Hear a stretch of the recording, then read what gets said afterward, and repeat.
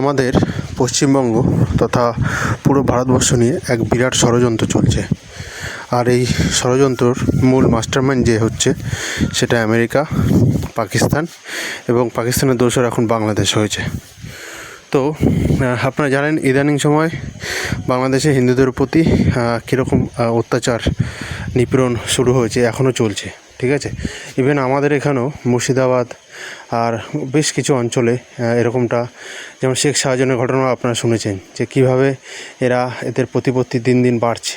ঠিক আছে, এমনকি আমাদের এলাকাতেও অনেক স্কুল কলেজে পুজো আশ্রা দেওয়া বন্ধ হয়ে গেছে, সরস্বতী পুজো।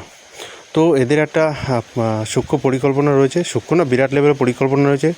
ইদানিংকালে বাংলাদেশও দেখবেন 7 সিস্টার দখল থেকে শুরু করে গ্রেটার বাংলাদেশ করার, মানে পশ্চিমবঙ্গকে দখল করে গ্রেটার বাংলাদেশ তৈরি করবে, এরকম চিন্তাভাবনা ওরা নিচ্ছে।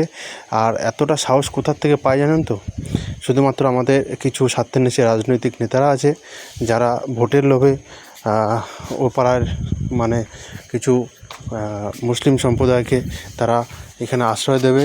ঠিক আছে, তাদের ভোটের কাছে ব্যবহার করবে। যেরকম বাংলাদেশে কট্টরপন্থী মৌলবাদী মুসলিমরা আমাদের কিন্তু এখানে ভরে রয়েছে। তো আপনাদের এই জিনিসগুলো বুঝতে হবে। আজকে ওরা 30%, 35% ভোটের জোরে যেরকমটা দেখতে পাচ্ছেন যে ওদের গুরুত্ব অপরিসীম এখানে। ভোট মানেই ওদের তোষামত করতে হবে।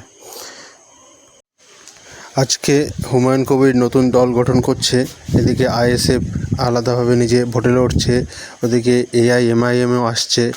তো মাত্র 35% যদি এরকম পরিস্থিতি হয়, ভাবুন একবার যদি 50%-এর উপরে এরা চলে যায়, তখন একটা সময় দেখবেন বিরোধী আসনে, মানে একটা সময় না, হয়তো আগামী 10 বছরের মধ্যেই দেখতে পাবেন যে বিরোধী আসনে এরাই রয়েছে। আর এদের যা গ্রোথ রেট, হয়তো 10 বছরও লাগবে না, তার আগেই হয়ে যাবে। আর এরা যদি একবার ক্ষমতায় আসে তাহলে বুঝতে পারবেন মানে বাংলাদেশের থেকেও খারাপ অবস্থা আমাদের এখানে পশ্চিমবঙ্গ হবে। এখনই যা এই মুহূর্তে হিংসা, মারামারি, কাটাকাটি চলছে, ভোট পরবর্তী হিংসা তো আমাদের পশ্চিমবঙ্গ 1 নম্বর। 4 তারিখের রেজাল্টের পরে কি হবে জানি না। ঠিক আছে, তো আপনারা একটু মাথা খাটিয়ে ভোট দেবেন, কেননা কালকেই লাস্ট সুযোগ, এরপরে হয়তো এরকম সুযোগ আর কোনোদিনও পাবেন না। একটু মাথা খাটিয়ে সবাই মানে দুর্নীতির বিরুদ্ধে লড়তে হবে। মাত্র 13,000 টাকার বিনিময়ে নিজেদের এইভাবে বিকিয়ে দেবেন না, নিজেদের সত্তাকে এভাবে বিসর্জন দেবেন না। একটু মাথা খাটিয়ে ভাবুন যে আগামী দিন আমরা বাঙালি কোথায় যাব, সেইটা ভালোভাবে মাথায় ভেবে রাখবেন। আপনাদের ঘরেও মানে মেয়ে আছে, ছেলে আছে, তাদের কর্মসংস্থান, মেয়েদের মান সম্মান কোথায় গিয়ে দাঁড়াবে, কোথায় যাব, একবার ভালো করে ভেবে কালকে দিনে সেভাবে ভোটটা দেবেন। আমেরিকা চাইছে যে চিকেন নেক কেটে নর্থ ইস্টকে পুরো আলাদা করে দিয়ে একটা আলাদা খ্রিশ্চান রাষ্ট্র বানাবে।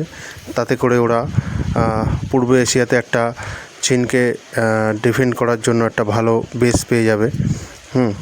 আর এদিকে বাংলাদেশ আর পাকিস্তান চাইছে যে ইসলামীকরণের মাধ্যমে পুরো পশ্চিমবঙ্গটাকে বাংলাদেশের সাথে যুক্ত করে একটা গ্রেটার বাংলাদেশ তৈরি করবে।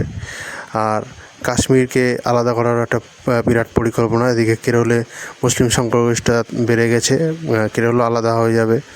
ঠিক আছে, এইভাবে টুকরো টুকরো করে পাঞ্জাবে খালিস্তানি সংগঠনকে মদত দেওয়া হচ্ছে। তো এইভাবে টুকরো টুকরো করে ভারতবর্ষটাকে পুরো শেষ করে দেওয়ার একটা বিরাট ষড়যন্ত্র চলছে।